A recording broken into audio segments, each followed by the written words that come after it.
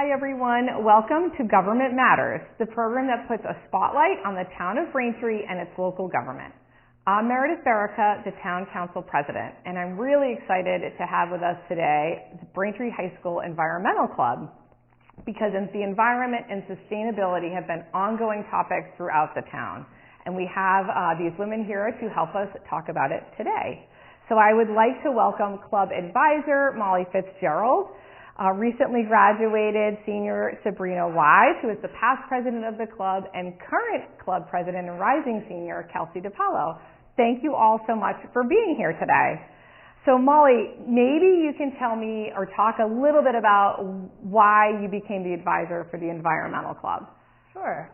So I became the advisor for the environmental club 2 years ago when it was inherited to me by another teacher who moved away. So there was a very clear need for an environmental club or desire for an environmental club at the high school with the students, because they've just shown a lot of interest in environmental policy and working with the community and educating people around environmental issues. That's excellent, and I know how much work you have all done in the town, and I'm looking forward to letting the residents know about it as well. But before we get to that, Sabrina, maybe you can talk a little bit about why you joined the club, and then I'd love to hear from Kelsey about some of the things that you enjoy doing most with the club. Totally. So I joined sophomore year, and I was a board member the first year. I didn't know about it freshman year, and then once I got to sophomore, I learned that there was a club full of other people that are nerds about the environment, and I was like, oh my god, yes. So then I have been in it ever since. I was a board member sophomore and junior, and then I became president my senior year. And it has been a blast, like a highlight of my high school career. That's excellent. And Kelsey, maybe you can talk a little bit about some of the events you've put on, or some of your favorite things that you've been working on with the club.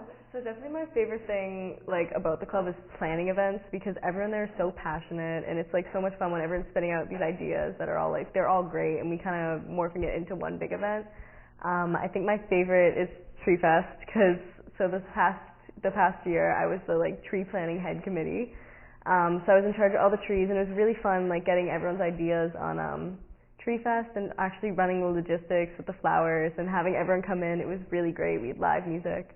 So it was just fun for the club and fun seeing other people in town seeing, kind of appreciating trees.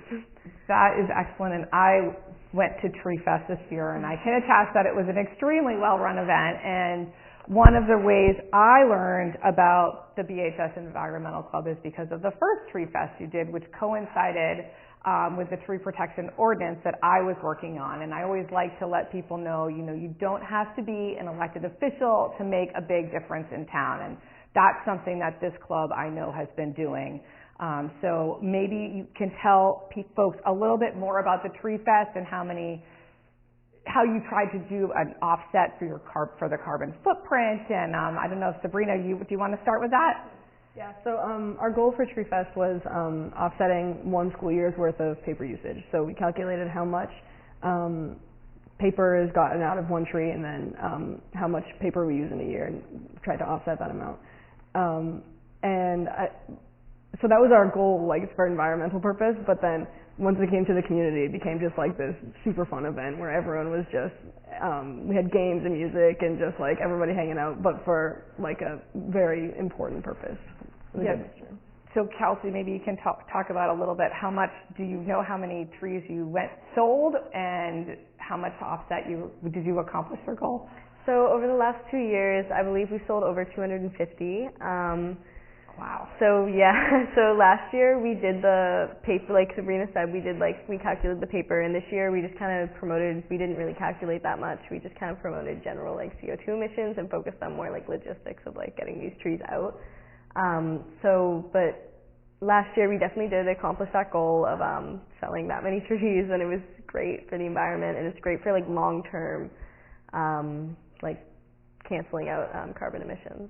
Yeah, that is excellent. And, again, with the tree protection ordinance, one of the things I aim to do, and thank you to the Environmental Club for all of your efforts around trees as well, is to make sure that people are being very thoughtful before they cut trees down.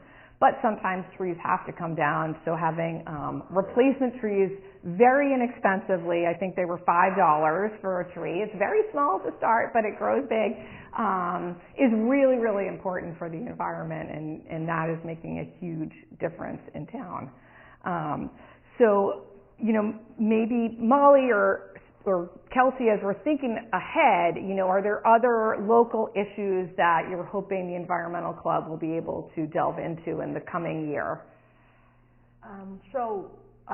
One of the members of the Environmental Club is looking to install or work with the town in installing more electric vehicle charging stations, like at the high school, for instance. I think there's 2 here now, but as far as I know, they're both broken. So that's one of the initiatives that one of the students is working towards for this upcoming school year. What else? I will just add on to that, because I think, again, one of the connections that I like to try to make for folks, and this club is a perfect example, is, you know, thinking about things like EV chargers is really part of public policy. And I might be a local government nerd, and you're an environmental nerd, Sabrina. I think it goes hand in hand. But making those connections with people who care, can do the legwork, and then get support from the local government to make these things happen is really how we build community and make a big difference in town. So I'm hopeful that initiative will be pulled through, and hopefully the local government can help support that. Because I do think you're right. I think those EV chargers are in need of an upgrade or a repair at the high school at least. So yeah, that's really exciting. And I know last year, the other thing I wanted to make sure we touched on was Blackout Braintree. So Kelsey, do you want to tell a little bit about that initiative? Yeah, of course. So Blackout Braintree was we wanted to reduce the light pollution in Braintree, so that we could see the meteorite shower, because a lot of people don't know that there is light pollution in Braintree, and it was kind of raising awareness for it, saying, hey, can we shut off our lights so that you can see the sky? And it opened a lot of people's eyes to it, where they never realized that light pollution was the problem, and why you can't see stars, and why you can't see the sky as clearly as you can out in the middle of nowhere. But it was a lot of fun, and we all got to see the meteor showers. It was a really great experience. There was young kids, there was old people. It was a great experience for everyone, getting that light pollution reduced. And I think next year can grow by raising awareness for it and having more people participate. Yeah, that was a fantastic event as well. And so Sabrina, I know you're heading off to college, but what other initiatives do you think that we should be working on in town, either through the BHS Environmental Club or at the town level, maybe in conjunction with the club? I really love seeing all the events and initiations that happen in Braintree itself, but connecting to other towns I feel like is something that I'd love to do, especially at the high school level, when there's all these kids that are so passionate about the environment and then are going to go off into the world. Creating a bigger community outside of the town level sounds really awesome, I think. That's a great idea. Is there any one initiative that you think would be a good starting point? I don't know. I can take that. Yeah, please. Well, one of the things that we're looking into right now is keeping bees. And we also, another initiative is tapping the trees around campus. Oh, wow. So we're at the stage where we're looking into grant funding for beekeeping, the logistics behind what that entails, and how we would educate our community on why it's important to keep bees. So maybe you can give us a few tips now about why it's important to keep bees. Yeah, so in the United States, about 1/3 of the food we eat is pollinated directly by bees. And about 75% of flowering plants are pollinated by bees. So basically, our entire agricultural system relies on maintaining bees, and a lot of people don't realize that, because bees, not a lot of people like bees. So our idea is that if we can keep some nests, we can use those as an opportunity to educate people around it, and why it's really important to sustain their life. So That'd be great. So are you trying to get hives or on the high school grounds potentially? Yeah, potentially. We still need to look into that, of course. Yeah. Bee allergies are prevalent, so we'd have to look into a safe distance for keeping them, and who would take care of them over the summer, all that sort of stuff. But we're again in the sort of initial stages of looking into how this would all work. Wow, that sounds really exciting, and I definitely appreciate the big initiatives that the BHS Environmental Club has taken on that really impacts the full community, from the Tree Fest and the Blackout Braintree, and I hope that you're going to be doing Blackout Braintree again in 2023. Okay, good, you're nodding, that's a good sign. All right, so one thing we haven't talked about yet is how does the BHS Environmental Club get its message out to both students, and I know that we've had a couple of presentations in front of the town council, which have been fantastic, but what do you think is effective to let residents and students know about all of the great work you guys are doing? So we have an Instagram account. Brain_treehuggers on Instagram. And we post on that pretty frequently, all the updates about events we're doing, and like especially school events, or just like we sold succulents during lunch, or tote bags that we made with the National Art Honor Society. Just like stuff around the high school that is good for other students to know about, we post on that. So say the handle again.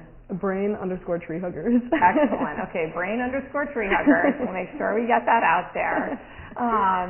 And what do you think is the biggest impact? I know we talked about in the community-wide, but in the school, what do you think has been the biggest impact in the last year or so? Kelsey, do you want to start with that one? Is that I think like the biggest impact is honestly just educating people on like these environmental issues, like us running these events, promoting carbon neutrality, promoting like recycling, and just not using like single-use plastics. I think that kind of awareness is the most important thing that's been spread throughout the school. We've made like loudspeaker announcements. There's been multiple like there's Braintree 4, and then the Parent Square, Student Square has posted stuff that we've promoted out. So I think just kind of education and awareness for the students has been our like best impact. That is fantastic. Molly, is there anything you would like to add or let folks know, or aspirations for the coming year for the club? Well, I think that our goal of just educating people around environmental issues is our biggest, like Kelsey's saying, our biggest powerful tool. I mean, all of the kids at the high school are going off to college or going off to whatever they're doing after high school, and will take with them sort of a lot of these important pieces that we've discussed, and an appreciation for nature and the world around them that they might not have otherwise seen, like the meteor shower. I think the majority of students that were at Blackout Braintree had said that they had never seen a meteor shower. So simply the fact that so many people are, experiencing these beautiful things gives them more inclination, I think, to want to see policy change. And I think that's an excellent point, and one of the things that I try to keep in mind in my work as a counselor is that really no matter what we're doing, environmental issues should be touching everything we're doing, whether it's from EV chargers, which might seem really obvious, but to how we develop, how we build, how we throw our trash out, how much we charge for things, because all of that in one way or another impacts our environmental footprint and our carbon footprint. And one of the things I did add to the tree ordinance was that when trees are going to be replanted, we should really be focusing on areas of town that are designated heat islands, where there's so much asphalt, you really need extra trees to help provide the shade and all the good health benefits that you've already talked about. So really every single decision we're making as residents and as elected officials and as students has some environmental impact on our day-to-day life. And I think that, in my experience working with the BHS Environmental Club, you have definitely driven that message home And I really appreciate everything that you've done, both at the school and with the community at large. And I'm looking forward to maybe bees, definitely Blackout Braintree, and more tree planting, and hopefully that our local government can continue to support these important initiatives in town. Yeah. We really appreciate being here, so thank you. It's been excellent. I think that is all the time we have for today, and I want to say again, thank you so much to Molly and Sabrina and Kelsey for joining us. I am Town Council President Meredith Berica, and you are watching Government Matters. We'll see you next time.